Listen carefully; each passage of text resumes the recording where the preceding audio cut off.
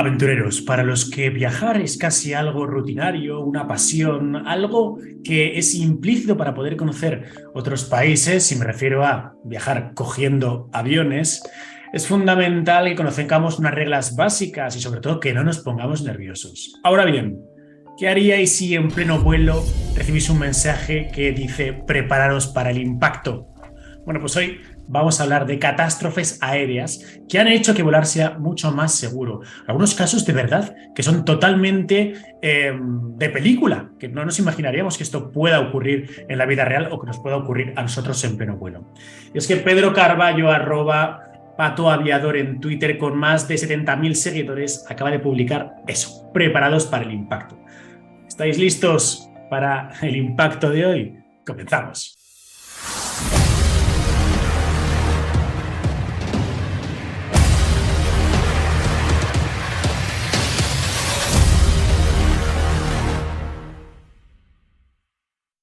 Pedro Carballo, bienvenido a Desafío Viajero. ¿Qué tal? ¿Cómo va eso? Muy bien, ¿qué tal? Encantado de estar aquí.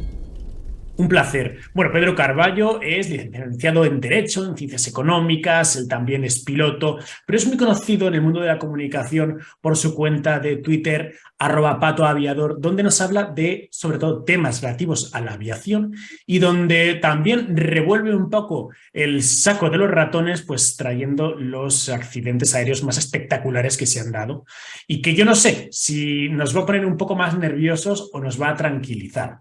Bueno, Pedro, primero de todo, preparados para el impacto. Ya llama mucho la atención e impacta directamente el título.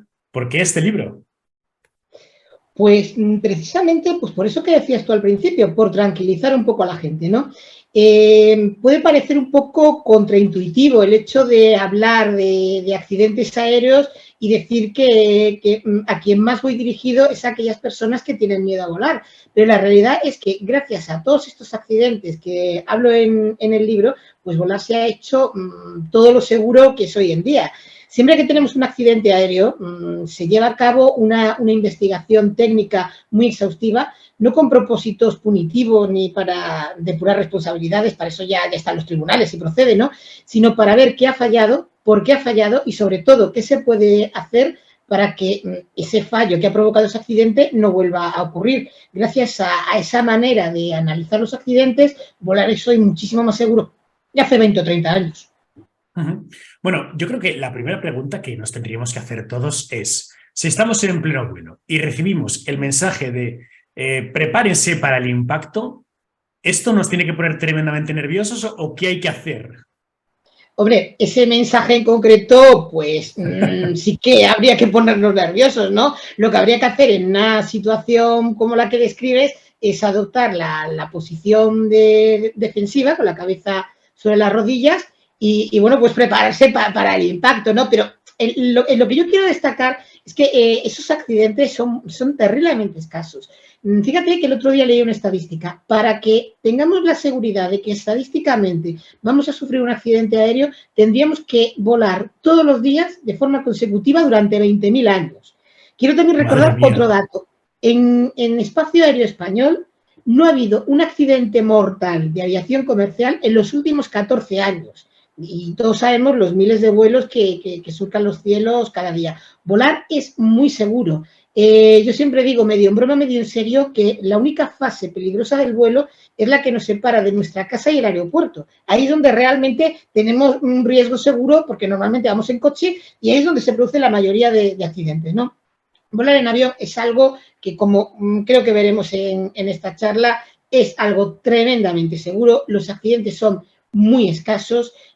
Solamente tenemos que ver la cantidad de miles de vuelos que hay en todo el mundo a diario y, bueno, los accidentes son la anécdota, no es ni mucho menos lo habitual. Sí, sí, por supuesto. Además es que a mí, por ejemplo, me llama mucho la atención, ¿no? De que, bueno, los que vivimos en Europa o pues en América, vemos en la mayoría de las ocasiones pues aviones que nos generan cierta sensación de seguridad en principio, a pesar de que pues haya cierto halo como de Q13 en algunas compañías, ¿no? Que todos las tenemos en la cabeza. Ahora bien, y estamos tranquilos. Ahora bien, yo, por ejemplo, recuerdo, pues oye, viajar a Asia. O esto me pasó también en Guatemala. Claro, coges un avión, que además esto te va a recordar mucho a tu cuenta de Twitter, y que está pintado como si fuese un pato volador, con pico y tal, ¿no? Y como que te genera cierta inseguridad en la parte estética del avión. Y la pregunta es, ¿tenemos que fiarnos de todas las compañías o habría ciertas compañías que tendríamos que poner en una cuarentena? Pues mira, Anita.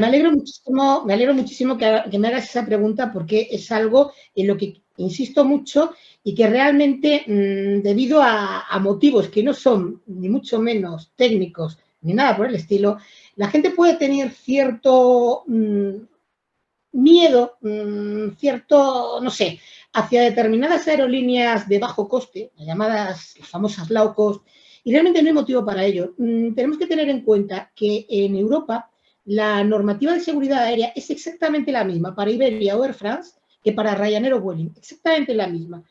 Sus técnicos están igual de formados, sus pilotos lo mismo, sus mecánicos exactamente igual.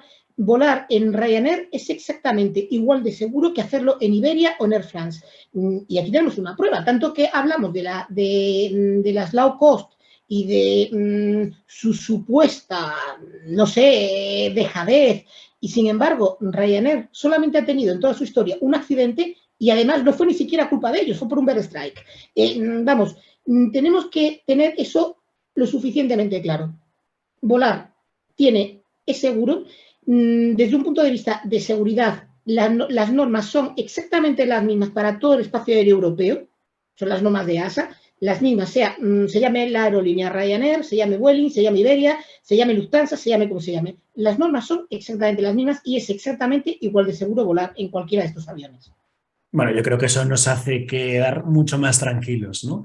Ahora bien, estábamos hablando de aerolíneas asiáticas y el primer caso que me gustaría que contásemos a grandes rasgos, pues una serie de pinceladas. Bueno, hay que recordar que en Preparados para el Impacto tenemos 32 casos desmenuzados por tiempo, ¿no? A tal hora despega el avión, a tal hora ocurre tal, nos transcribe las conversaciones que se actualizan dentro de la cabina del avión y finalmente, después de relatarnos el accidente o el incidente producido, nos señala cuáles son las medidas que han sido tomadas para evitar que algo así suceda. Creo que es una de las cosas más interesantes del libro, ¿no? Pero yo te quería preguntar por el vuelo E642 de China Airlines, porque si nosotros estamos tranquilamente viajando en nuestro avión, vemos que comienza a llover, oye, y cuando el avión llega a el momento de aterrizar en el aeropuerto de Hong Kong, como es el caso, esa lluvia se convierte en una tormenta tropical. Bueno, ¿qué pasó aquí? Bueno, vamos un poco por partes. En determinadas zonas del mundo ese tipo de tormentas son más frecuentes que en otras. Eso lo tenemos que tener en cuenta. Tenemos también que destacar que los aviones, en el caso del vuelo 642 de China Airlines, el avión involucrado era un MD-11, que es el sucesor del DC-10, un avión fantástico, con 315 personas a bordo. Pero lo que tenemos que tener en cuenta es que ese accidente no se produjo realmente por la tormenta. Los aviones están diseñados para resistir tormentas, resistir turbulencias. Si quieres hablamos de esto más adelante, porque es algo que a mucha gente le da muchísimo miedo, las turbulencias, las tormentas. Pero realmente una tormenta no va a derribar un avión y una turbulencia tampoco. ¿Qué pasó aquí? Bueno, pues en este caso fue una concatenación de errores humanos. Hay que destacar esto, que un accidente nunca ocurre por una única causa, es siempre una concatenación de eventos. No sé si conoces el famoso modelo del queso suizo.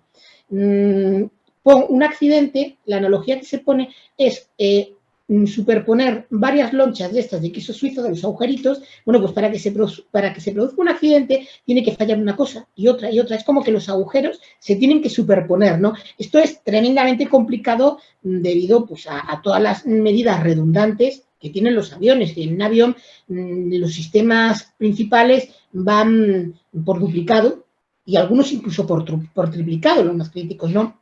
En el vuelo 642 de China Airlines fue una concatenación de errores humanos y realmente al aterrizar, el avión aterrizó a una velocidad excesiva, también con un ángulo de ataque excesivo. Eso provocó que uno de los motores colisionara con la pista y bueno, eso ya desequilibró el avión y produjo pues todo lo que fue el accidente, ¿no? Pero realmente no fue la tormenta lo que, ni las turbulencias lo que derribaron el avión, sino fue una ejecución errónea por parte de los pilotos de ese vuelo a la hora de realizar el aterrizaje. Vale, vale. Claro, entonces, no tenemos que temer a las turbulencias, por lo tanto, ¿no? Porque yo creo que esto es lo que más asusta al viajero, que en pleno Sí, vuelo llega a las sí, es lo que turbulencias, más a miedo veces le da son... y sí, es lo que más miedo le da a esas personas que tienen miedo a volar. Una de las cosas que más nerviosas le llegan a poner son precisamente las turbulencias.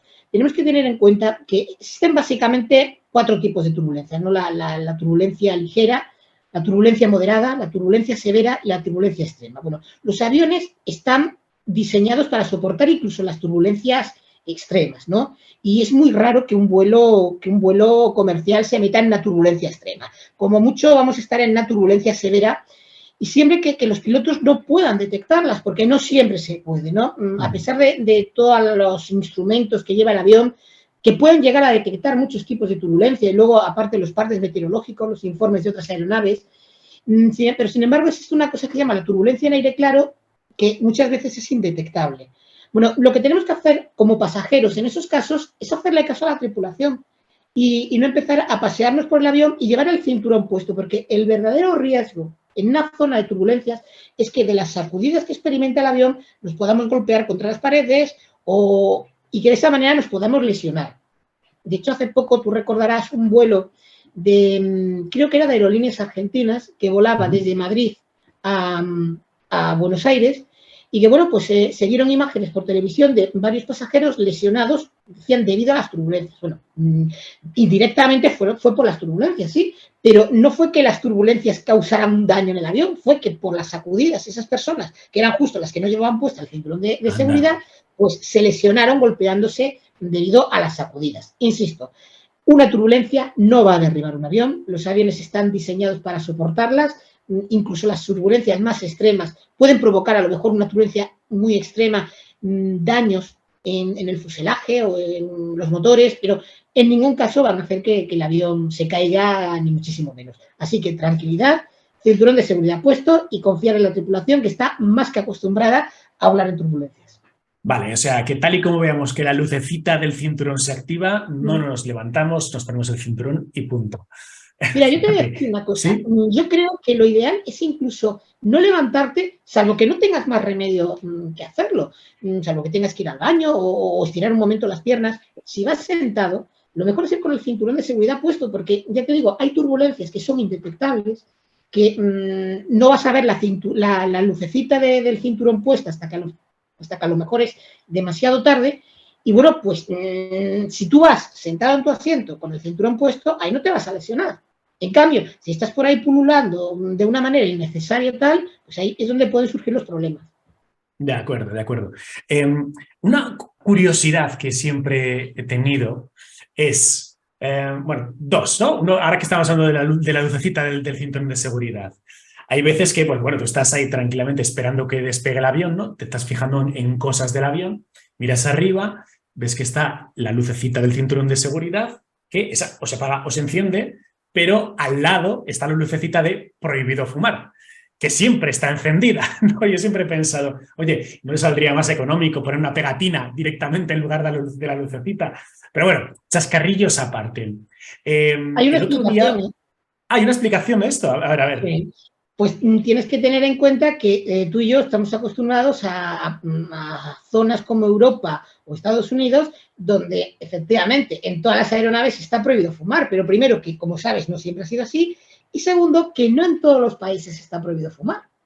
Hay países en los que Vaya. los aviones todavía se puede fumar y claro, en las fases críticas del vuelo, como son el despegue y el aterrizaje, sí está prohibido, pero durante el vuelo sí que se puede fumar y por eso esas luces permanecen y no están, porque lógicamente Boeing y Airbus fabrican aviones pues, para todas las aerolíneas y para todo el mundo. No lo Claro, van a claro, andar claro. quitando en unos sitios sí y en otros no.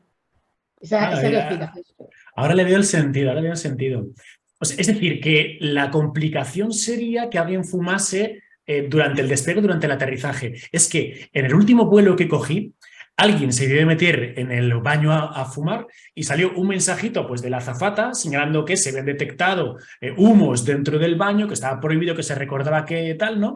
Y que, bueno, pues que ello podría llegar a generar una situación crítica del avión. A ver, lo ideal es no fumar en el avión. Precisamente se prohibió por eso, ¿no? Porque en determinadas circunstancias pues, puede ser peligroso. De hecho, ha habido accidentes provocados por colillas mal apagadas, ¿no? Y eso es lo que ha hecho que en zonas geográficas como Europa, Estados Unidos y muchas más se haya prohibido fumar en todas las fases del vuelo. Sin embargo, hay otros países en los que, por las razones legales que sean, han decidido no hacerlo y donde sigue permaneciendo prohibido fumar es exclusivamente en las fases de despegue y fases de aterrizaje. Durante la fase de crucero, bien en todo el avión, bien en determinadas zonas del avión, porque acuérdate que aquí en España, pues en su día tuvimos zona de fumadores, zonas de no fumadores. Bueno, pues eso ya depende de la legislación de cada país. Desde mi punto de vista, fumar en un avión es un peligro totalmente innecesario. De acuerdo. Bueno, otro de los casos que me llamó la atención que desarrollas en tu obra es el vuelo 17 de Malaysia Airlines, porque si actualmente vemos que la guerra entre Rusia y Ucrania pues tiene a todo el mundo pendiente. Desde el año 2014 empezó otra, que es la guerra de Crimea, donde una pequeña crítica al sistema que nos rodea. A nadie pareció importarle demasiado cuando Rusia se quedó con Crimea, pero aquí hubo también un detonante, ¿no? Es decir, ¿qué relación tiene ese vuelo 17 con la península de Crimea? Bueno, era una zona ya en conflicto, ¿no? Tenemos que tener presentes que los aviones no vuelan por donde les da la gana. Los aviones tienen que surcar unas aerovías que se llaman, que son como las carreteras del cielo, ¿no? Eso es lo que hace que muchas veces pues, podamos sorprendernos de que no va por la ruta que aparentemente es más lógica, pero no. Todo esto está diseñado por razones de eficiencia, de optimización de combustible, etcétera, etcétera. Bueno, en el caso de este vuelo en concreto, que se dirigía, si no recuerdo mal, desde Ámsterdam a Kuala Lumpur, la capital de Malasia, pues que fue la aeronave iba desviada un poquito de su ruta, creo que iba a 1000 pies de diferencia a donde debería de ir, y fue abatido por un misil ruso. Lamentablemente, eso fue lo que pasó. Al principio hubo una serie de hipótesis, incluso se llegó a decir que no había sido un misil, sino otra cosa, pero la investigación no dejó lugar a dudas. Y bueno, pues además hace poco se ha llegado a celebrar el procedimiento judicial y bueno, las cosas han quedado claras que fue lo que fue, ¿no? Fue un avión abatido por un misil ruso. Alucinante. Bueno, desde luego que, pues imagino que la medida preventiva es complicada desde el punto de vista de la compañía aeronáutica, ¿no? Pues oye, si a un país se le escapa un misil e impacta directamente contra un avión, pues ¿qué va a hacer la compañía aérea, ¿no? Entiendo que ahí la medida preventiva para que no vuelva a suceder, bueno, debería de ser actualmente evitar sobrevolar por zonas de Evitar zonas en conflicto, ¿no? conflicto. Evitar zonas en Exacto. conflicto. En este momento, pues todo el espacio aéreo de esa zona está cerrado y bueno, además aquí recordemos de que debido a una serie de factores, pues el avión tampoco iba por donde debía ir. Hay determinadas zonas que son mejor evitar. Por supuesto. Yo recuerdo, pues Pero vamos, hace años. nada de eso justifica abatir un avión lleno de un avión comercial lleno de civiles, ¿no? Realmente ya sabemos lo que es el tema este de la guerra provocada por la invasión de Rusia a Ucrania, como tú bien decías, es algo que viene de lejos y bueno, pues como se suele decir, de aquellos polvos estos lodos, ¿no? Por supuesto. Todos cuando estamos a punto de subir al avión correspondiente, nos fijamos con mucha curiosidad pues, en los mecánicos, ¿no? Pues que nos están conduciendo hacia el avión, o bueno, más que los mecánicos, el personal que nos está conduciendo hacia el avión, o Los vemos CMA, en los otros, mecánicos. exactamente, o otros aviones que están siendo pues, trabajados, se les está haciendo algún tipo de mantenimiento por parte de los mecánicos, ¿no? Que creo que eso es lo más importante o de las cosas más importantes, porque vemos que hubo un caso, me refiero al vuelo 120 de China Airlines, donde esto puede ser por una arandela se produzca la explosión de un avión. A ver, es que he contado así, claro, el problema de ese vuelo en concreto fue que debido a una serie de errores de mantenimiento, debido también, no solo al mantenimiento, sino a otra serie de causas, como te decía al principio, los accidentes aéreos no ocurren exclusivamente por una causa, siempre una concatenación de eventos, ¿no? Aquí había una serie de problemas también en el Boeing 737 que fueron solventados. Recordemos que esto ocurrió pues hace ya bastantes años, ¿no? Y bueno, pues esa arandela, cuando los flaps y los slats, que son esas superficies hipersustentadoras que tienen las alas, que se despliegan durante las fases en las que el avión va a velocidades lentas, despegue y aterrizaje, para extender el ala y dar más sustentación al avión, bueno, pues se quedó una arandela ahí de mala manera que provocó que cuando los false slats se volvieron a replegar, causaron una brecha en el ala. Claro, ahí están los tanques de combustible. Eso provocó, pues, cuando el avión ya se dirigía a la plataforma, que se inflamaran los gases de ahí y se produjera un incendio atroz que devastó la aeronave. Afortunadamente, creo que no ocurrió nada, pero vamos, podía haber sido una catástrofe realmente sin precedentes en el caso de que lo hubiera pillado el avión en vuelo. La parte más crítica de un vuelo, ¿hablaríamos del despegue o el aterrizaje o no tiene nada que ver? O sea, ¿o estaríamos hablando de otra fase?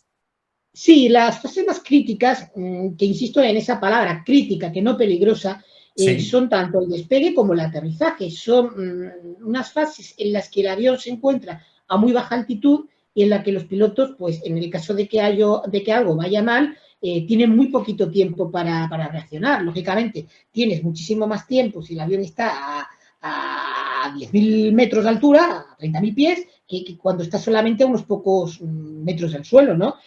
Por eso son las fases más críticas y donde hay que estar con los 5 sentidos puestos en el pilotaje del avión. Mira, existe un procedimiento que se llama procedimiento de cabina estéril, que significa que los pilotos no pueden hablar entre ellos de nada que no tenga que ver con el vuelo o con la seguridad de la aeronave cuando están a menos de una determinada altitud, durante esas fases.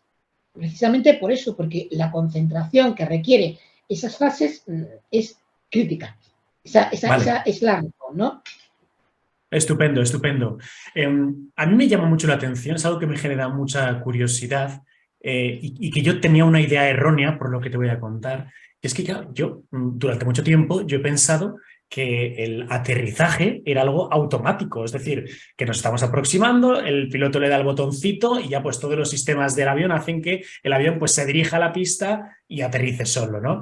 Luego, hace unos meses, pues tuve la oportunidad, bueno, me regalaron la típica experiencia, ¿no? de pilotaje pues, de una avioneta pues, muy sencillita, ¿no? Con el instructor al lado, y él me dijo que no, que vamos, que íbamos a aterrizar nosotros y que él lo iba a hacer todo a ojo directamente, ¿no? Y sin embargo, en el último vuelo que cogí había muchísima niebla y aparece un mensajito por parte, pues no sé si del comandante o de la azafata, que venía a decir, se van a activar los sistemas automáticos de aterrizaje, puntos suspensivos, ¿no? Es decir, ¿quién aterriza en realidad el avión? ¿Es el piloto o esto es automático? No, mira, los aviones pueden aterrizar de manera automática, pero esto no quiere decir que aterricen solos, ya que se necesita unas acciones muy activas por parte de los pilotos mientras se realiza un aterrizaje automático. Lo que pasa es que en la inmensa mayoría de ocasiones se aterriza de forma manual porque, aunque pueda parecer contraintuitivo, un aterrizaje automático es algo que requiere muchísimo más carga de trabajo por parte de los pilotos que un aterrizaje manual. Por eso es un tipo de aterrizaje que solamente se deja para operaciones de baja visibilidad, lo que comentabas antes, en caso de niebla o dependiendo del tipo de aeropuerto, pues hay una cosa que se llama ILS de categoría 3, que cuando se aterriza en categoría, pues los pilotos pueden aterrizar aunque la visibilidad sea nula, gracias a los sistemas automáticos del avión. Pero insisto, eso no significa que aprietes un botón y el avión aterrice solo. No, no, no, en absoluto. Se requiere una carga de trabajo que puede ser incluso mayor en el caso de aterrizaje automático que en el caso de aterrizaje convencional. Vale, bueno, pues queda claro. Porque yo creo que esto es el típico debate, ¿no? Que unos dicen, no, no, aterriza solo, otros dicen, no, no, es el piloto el que aterriza. Pues yo creo que con esto ha quedado perfectamente solventada la duda. Hace unos años, yo creo que todos tenemos en la memoria ese accidente de Spanair, ¿no? Donde pues prácticamente al iniciar el despegue, el avión se estrelló y murieron muchísimas personas. Pero en tu libro nos hablas de un vuelo concreto, que es el 389 de Cubana, donde el avión no llegó tampoco a despegar y murieron muchísimas personas, ¿no? ¿Qué sucedió aquí? A ver, fue bastante diferente al de Spanair, a pesar de que se produjo en la misma fase. Aunque en última instancia, si simplificamos mucho las cosas, porque insisto en que un accidente nunca ocurre por una causa, siempre una concatenación de eventos, en este vuelo de Cubana los pilotos no configuraron adecuadamente el avión para despegar y eso provocó que cuando llegó a la velocidad de rotación, la aeronave no se elevara. Claro, los pilotos al ver que el avión no se elevara trataron desesperadamente de frenarlo, pero ya cuando los aviones superan una determinada velocidad, llamada V1, es prácticamente imposible que se pueda detener la aeronave con seguridad dentro de los límites de la pista. Y eso fue lo que le pasó a este vuelo de Cubana. Al llegar a la velocidad de rotación no se elevó, una serie de problemas de configuración en los hidráulicos, y claro, trataron desesperadamente de frenarlo, pero a la velocidad que iba el avión, pues acabó saliéndose de la pista, colisionando con algunos elementos que había por allí cercano y incendiándose y causando la catástrofe. Vaya, bueno, pues ahí queda eso. Desde luego que, hombre, evidentemente es una auténtica tragedia, ¿no? Pero qué frustrante que ni siquiera el avión llegase a despegar. Dentro de las mentes maquiavélicas, como la mía, Pedro, que estamos en un vuelo, pues observándolo todo, yo siempre me he hecho una pregunta. Claro, hay muchas normas de seguridad, pues para evitar acciones terroristas, ¿no? Pero, oye, al tío que le sientan en la salida de emergencia, claro, yo la pregunta es, ¿qué me hago? Es, bueno, me sientan allí, me indican cómo funciona. ¿Qué pasaría si, pues mira, yo soy un suicida, me da, y en pleno vuelo abro la salida de emergencia con las instrucciones que me ha dado la azafata? ¿Esto se abre tan fácilmente como aparecen esas instrucciones o no es No, tan no, a fácil? ver, eso se abre muy fácilmente si estás en tierra, pero es que si estás en el aire no lo vas a poder abrir. Tienes que Ah, tener ok. en cuenta que los aviones van presurizados. Es una cosa que tenemos que tener muy en cuenta. Y eso es porque a partir de determinadas altitudes, las altitudes a las que vuela un avión comercial, no se puede respirar debido a la densidad del aire. Eso obliga a que hinchemos el avión de aire como si fuera un globo. Y claro, Vale. la diferencia de presión entre el exterior y el interior va a hacer que, aunque fueras el increíble Hulk, tú no vas a poder abrir la puerta. Es totalmente imposible abrir la puerta en vuelo. O sea que por ese sentido, tranquilidad Todos total. tranquilos. Vale, vale. Otro de los accidentes, probablemente este es el accidente pues, más espectacular, y si no el más espectacular, desde luego, el accidente más grande, más importante causado en la historia de la aviación, es el desastre del Charky Dadri, ¿no? La colisión entre dos aviones. Este probablemente pueda ser el peor de los accidentes generado, ¿no? No, ha habido accidentes aún peores, como el del vuelo 123 de HAL en Japón, en el que un Boeing 7 murieron 500 y pico personas en un solo avión. Tenemos también Madre el mía. desastre de los rodeos, que fueron en un número de víctimas muchísimo peores. Ese es un accidente muy interesante porque es el típico accidente. La inmensa mayoría de accidentes que yo relato en mi libro serían muy difíciles que ocurrieran hoy en día. Pero es que yo creo que es literalmente imposible.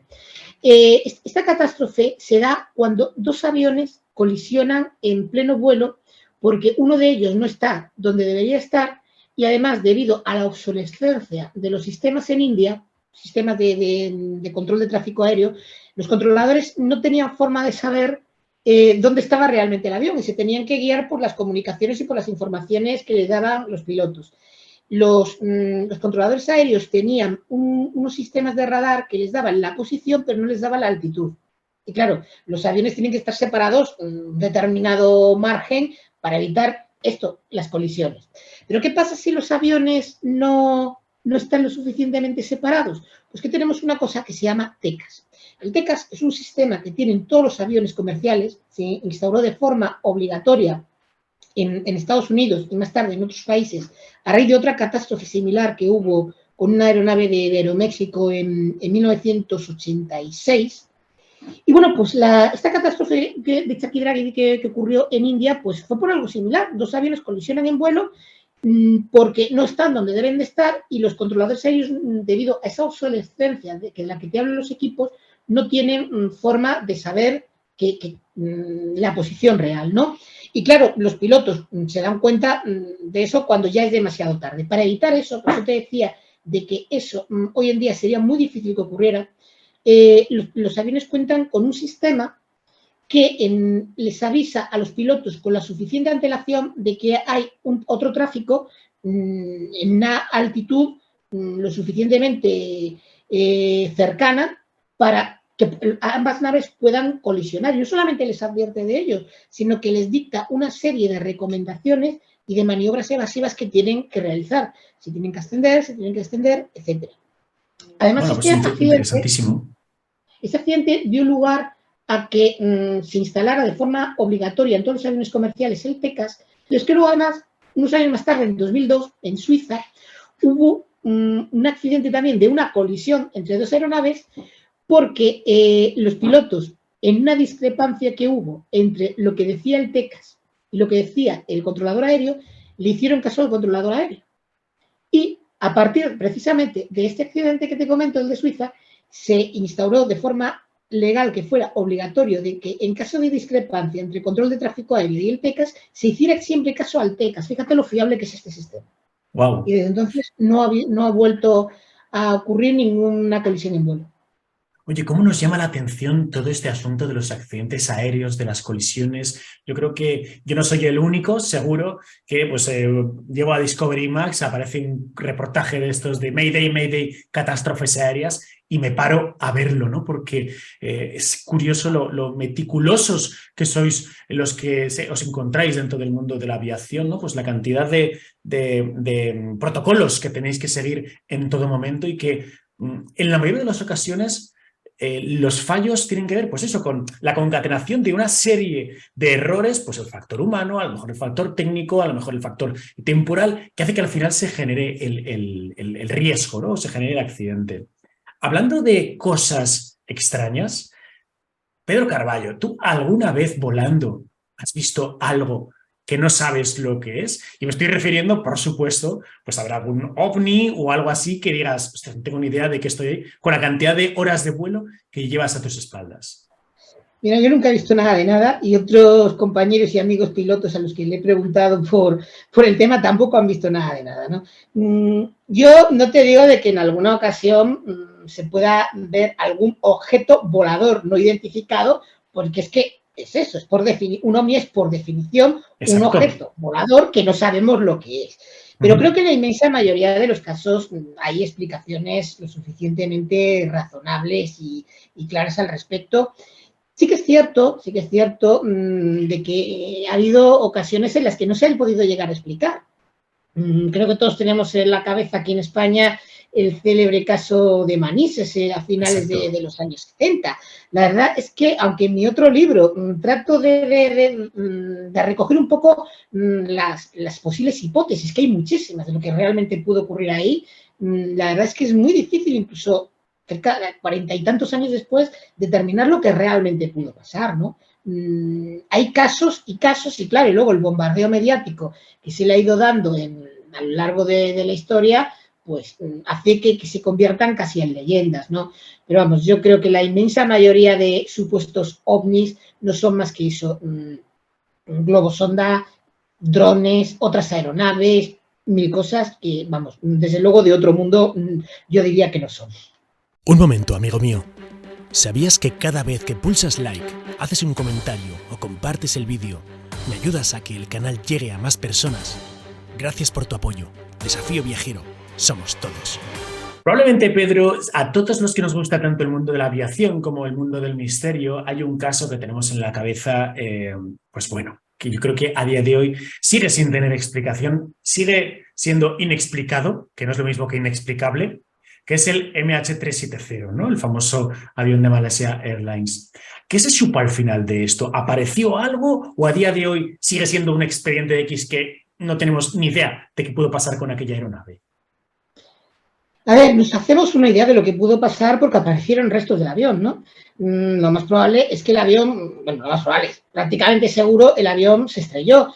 Lo que pasa es que no podemos determinar las causas. En aviación ya hemos visto que siempre que ocurre una catástrofe del tipo que sea, pues se lleva a cabo una investigación muy exhaustiva, pero es que aquí no tenemos elementos suficientes como para llegar a conclusiones, ¿no? La caja negra no se llegó a localizar, hay muchísimas teorías sobre que si el avión fue, según unas hipótesis, derribado, según otras hipótesis, fue un suicidio por parte de uno de los pilotos. La realidad es que lo que realmente llevó a que ese avión se estrellara, pues yo no creo que a estas alturas lo podamos llegar a saber, ¿no?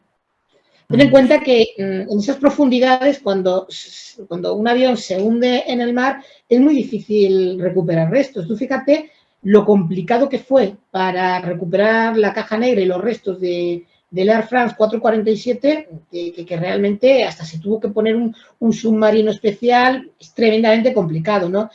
Y luego, aparte que las baterías que alimentan las cajas negras para que den su posición duran un tiempo muy concreto. A partir de ahí ya dejan de funcionar. Por eso te digo que realmente yo no tengo muy pocas esperanzas en que se llegue a encontrar los suficientes elementos como para poder llegar a realizar una investigación exhaustiva de ese vuelo, ¿no? Claro, porque entiendo que en el momento en que un avión se estrella, en la caja negra, que si no me equivoco es naranja, ¿no? Entiendo que empieza a emitir una señal GPS, ¿no? Pues para que sea localizable. Y esto no pasó con el Malaysia Airlines.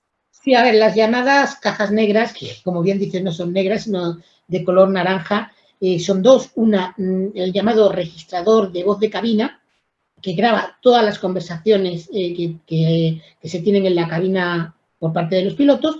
Y luego está también otra que es el registrador de datos de vuelo, que es la que graba una serie de parámetros que permiten a los investigadores llegar a reconstruir de manera fiable cuáles han sido los últimos momentos del avión, ¿no? Sí, tiene una especie de baliza que dura lo que dura hasta que se acaban las baterías y luego, pues, a partir de allí, pues, es muy difícil ya localizarlas. Ten en cuenta que estamos hablando de unas distancias muy grandes en el océano, ¿no? Unas profundidades que vamos, a saber la profundidad exacta que puede tener la zona en la que cayó ese avión, y sin tener así una referencia es muy difícil llegar a encontrarlas. Y más después de tanto tiempo, ¿no?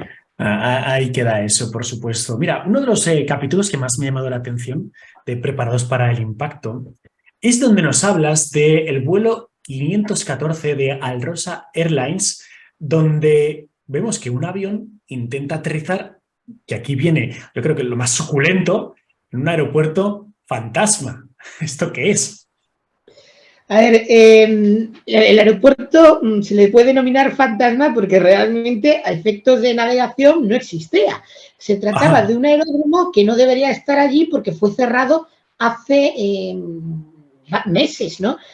¿Cuál es el problema? O la cuestión, aquí estamos hablando de un avión, un Tupolev 154M, que debido a una serie de causas sufrió un fallo masivo en sus sistemas y los pilotos se ven obligados a aterrizar cuanto antes. Pero claro, el avión está tan dañado y no tenía energía que le resultaba, pues, ni siquiera planeando, le resultaba imposible llegar a un aeródromo cercano. Y los pilotos se encuentran de la nada que en medio del bosque les aparece este aeropuerto. ¿Por qué? Wow. Un aeropuerto que se había cerrado, pero que por razones, digamos, sentimentales, el responsable de mantenimiento de ese aeropuerto le había estado cuidando y conservando y lo había dejado perfectamente operativo. Y claro, cuando los pilotos encontraron esto, dijeron, anda, mira, pues vamos a aterrizar aquí, porque lo que realmente estaban buscando era un claro en el bosque donde pudieran aterrizar de emergencia. Lo que menos se podían imaginar es que les iba a aparecer un aeropuerto ahí de la nada, que claro, en sus cartas de navegación no existía porque el aeropuerto no existía, no estaba abierto, ¿no? Me parece alucinante, para que luego digan que no existe la vocación. Es decir, tenemos un señor realmente interesante, ¿sí? Pero espectacular. O sea, un señor que le cierran el aeródromo donde trabajaba, él, porque por amor al arte decide pues realizar sus tareas de mantenimiento, lo que hacía, la limpieza, tal, mantenía las pistas listas. Pues imagino que él pensaría, pues por si acaso, ¿no? Oye, y será la circunstancia donde un avión tiene Por que si aterrizar acaso, justo ahí. por razones sentimentales, quién sabe, ¿no? El hecho es de que el aeropuerto no tenía que estar ahí, pero afortunadamente para todas las personas que iban a bordo de ese vuelo, estaba ahí. Alucinante. Me parece de verdad que de película también, ¿no? Y mira, Daría para ya película. para ir concluyendo, Pedro, en los últimos años ha estallado una polémica, ¿no? Con ese famoso, el Boeing 737 MAX, ¿no? Que ha sido objeto de pues, varios accidentes. No sé si ha llegado a ser prohibido en algunos países, pero bueno, estamos hablando de un avión moderno, de última tecnología, pero que ha generado esa polémica por su propio diseño. ¿Por qué ha estallado esta situación? Pues porque se ha explicado muy mal. Mira, vamos a tratar de explicar un poquito lo que pasó con el 737 MAX. Lo primero que tenemos que tener en cuenta es que el Boeing 737 es un avión que lleva volando desde los años 60, en distintas variantes. Los aviones se hace un diseño y luego ese diseño pues va evolucionando, ¿no? Eso ha pasado con el Boeing 737, que desde el original ha llegado al Boeing 737-800, es el que tenemos actualmente, y luego a partir de ahí se desarrolla el MAX. Decir que no son el mismo avión. Son el mismo avión, pero no son el mismo avión. Así me explico. Es una variante completamente diferente. Así que los fallos que puedan haber afectado al Boeing 737 MAX no afectan al resto de modelos de 737. Dicho esto, ¿de dónde viene todo este tema? Bueno, este tema viene a raíz de los modelos Neo de Airbus.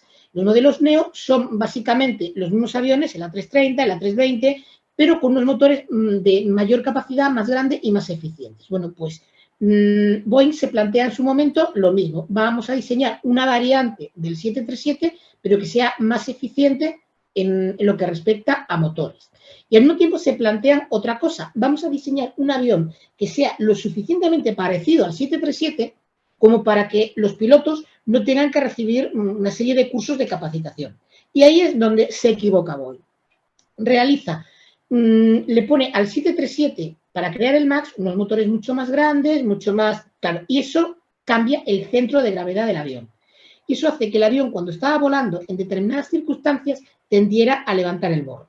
Y si el avión levanta el morro más de lo que se debe hacer, aumenta el ángulo de ataque y eso podría provocar que el avión entrara en pérdida, ¿no? Así que lo que hace Boeing es incorporarle una cosa que se llama MCAS, que es un sistema informático que lo que hace es que cuando el avión ha levantado el morro más de lo razonable, hace que el avión lo vuelva a bajar. De esa manera corrige ese desequilibrio en el centro de gravedad. Pero ¿qué es lo que pasa? La obsesión por parte de la industria y la presión que plantean a Boeing para que sean, digamos, iguales el 737 MAX al 737 ordinario, vamos a llamarlo así, hace que esa circunstancia no se notifique a los pilotos.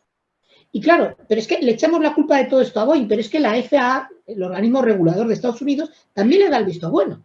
Y aquí hay mucha gente que da el visto bueno, la Agencia de Aeronáutica Europea también le da el visto bueno. Y nadie parece plantearse de que, claro, es un avión que en teoría son iguales. El pilotar un 737 y pilotar un 737 más es exactamente lo mismo.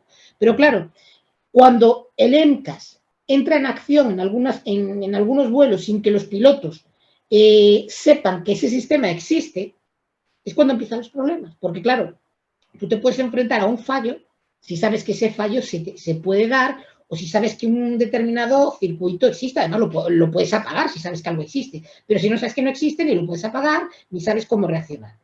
Y claro, según el último informe de la NTSB, en esos dos accidentes que se produjeron, no solamente fue por el tema del MCAS, es que los pilotos tampoco reaccionaron bien al MCAS. Sea como fuere, el hecho es que se produjeron dos accidentes mortales de dos 737 MAX que se estrellaron. Y claro, pues como se debe de hacer en circunstancias en las que ocurre un accidente de este tipo, lo primero que se hace es dejar a todos los MAX en tierra, hasta que se averigüe qué es lo que ha ocurrido, ¿no? Y se hace una investigación y la investigación concluye de que es ese software que está ahí, que los pilotos no habían sido entrenados convenientemente. De hecho, cuando un piloto por sí no puede volar cualquier avión, tiene que tener la habilitación que se llama para un modelo concreto. Y claro, como se supone que el 737 MAX y el 737 ordinario eran iguales, pues le daban a los pilotos de 737 para que pilotaran el MAX con apenas unos cursos online con una tablet. No hacían ni siquiera entrenamientos en simulador. Y eso trajo de que los pilotos, claro, no supieran reaccionar bien cuando se dieron determinadas circunstancias. Pero lo que tenemos que tener claro de todo esto, que sí fue una terrible desgracia y una negligencia, no solamente por parte de Boeing, por parte de todos los organismos reguladores, FAA, EASA, es que esos fallos se corrigieron. Hoy en día los pilotos del MAX están formados, saben qué es lo que hay que hacer, cómo hay que tratar con el MCAS, etcétera, etcétera. Se corrigieron esos fallos de que aleatoriamente el avión bajaba el morro cuando no debía.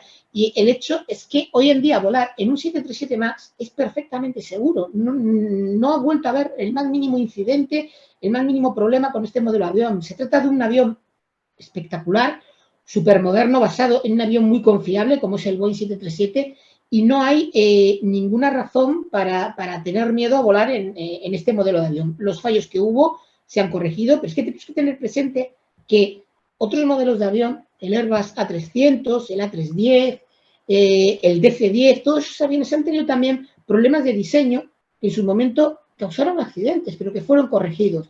Pero ni hubo la campaña de desintoxicación que ha habido por parte de determinados medios, como ha pasado con el Boeing 737 MAX, ni se explicó de la manera tan deficiente como se han explicado muchas cosas sobre este modelo, ¿no? Dedico el último capítulo de mi libro a hablar del MAX, explicar todo esto que acabo de decir con muchísimo más detalle, y creo que cualquier persona que lo lea con espíritu crítico y sin dejarse influenciar por lo que hayan podido ver en determinados documentales, en determinados programas de televisión, se van a dar cuenta de que es un fallo terrible. Boeing evidentemente no hizo lo que debía de hacer, las autoridades aeronáuticas tampoco, pero lo verdaderamente importante es que este fallo ya está corregido y hoy en día volar en este modelo de avión es tan seguro como volar en cualquier otro. Bueno, al final el fracaso, ¿no? O el desastre no deja de ser aprendizaje disfrazado de lobo. Es decir, al final ocurre un desastre que hace que se aprenda para que no vuelva a suceder en el futuro. Yo creo que es un poco lo que hemos aprendido todos, ¿no? De tus palabras, los que hemos leído preparados para el impacto, con esos 32 accidentes perfectamente detallados y desmenuzados al milímetro. Hay una pregunta que me gustaría hacerte. Ya se saldría de estos 32, ¿no? Que es, ¿existe o tienes pensado alguna medida preventiva que todavía no se esté aplicando en el mundo aeronáutico? Pues yo qué sé, como si algún tipo de sistema de infrasonidos para evitar que haya pájaros o animales cerca del lugar de despegue. No sé, algo que se te haya ocurrido que no exista a día de hoy y que se debería de implantar en los aviones. No, mira, los accidentes aéreos ocurren porque ocurre lo impensable. Porque todo en aquello en lo que se puede pensar hay muchísimas mentes dándoles vueltas e implementando sistemas para que no ocurran, ¿no? Se suele decir en aviación safety first, la seguridad es lo primero, y realmente no es una manera de hablar, ni un tópico, ni nada por el estilo. Todos están de una manera o de otra, todos los operadores, todos los actores pendientes de la seguridad, porque ni un piloto quiere matarse, ni unos mecánicos quieren que su avión se estrelle, ni una aerolínea tener un avión desastrado, ¿no? Cada accidente aéreo nos ha enseñado muchísimas y muy valiosas lecciones sobre aquellas cosas que eran imposibles de prever, pero que debido al accidente hemos visto que podían ocurrir, ¿no? Aunque en un primer momento no lo pensáramos.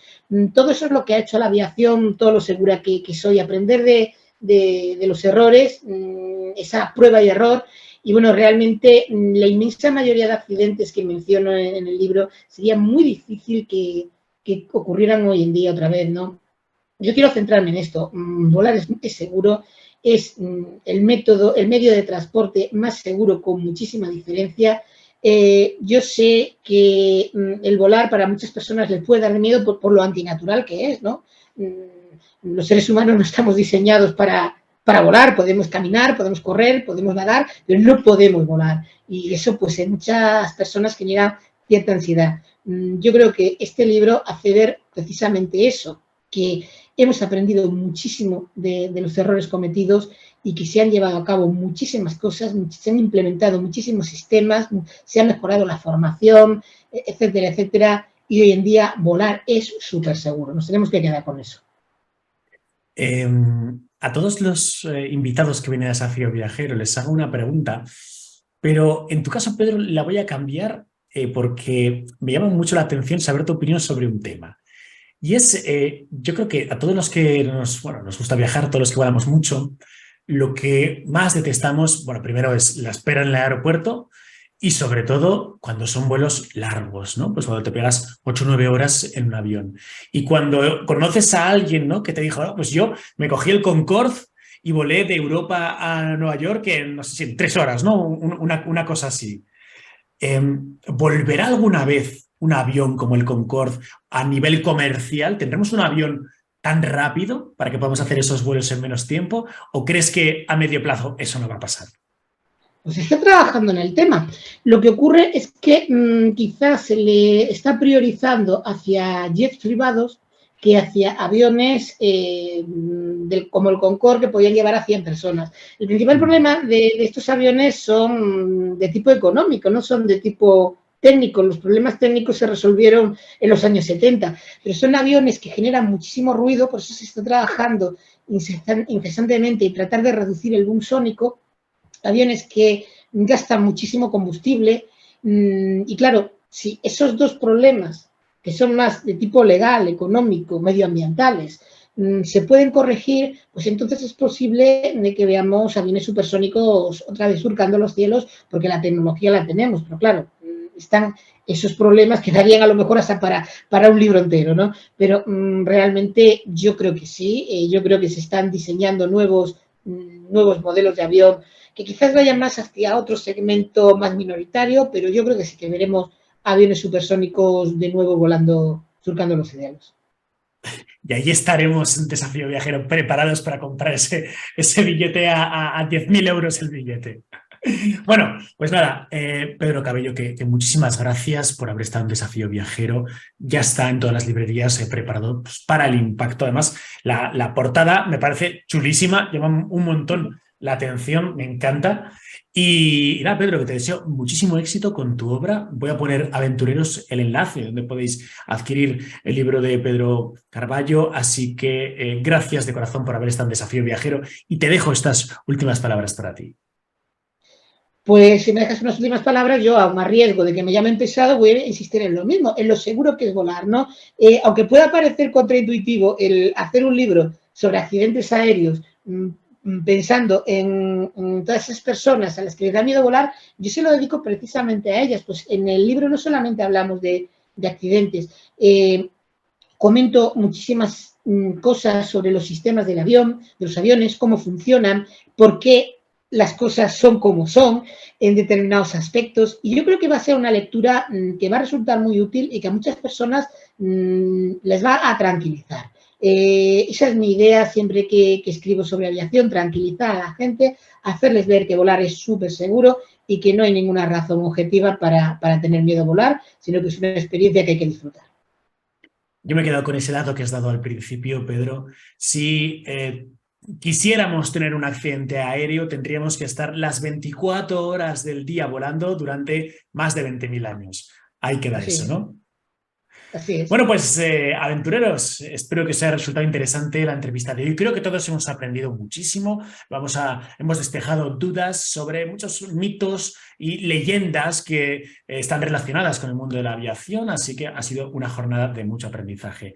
Todos a viajar, a coger aviones y a salir al mundo, porque el mundo es una obra de arte y no hay tiempo que perder. Hasta la vista.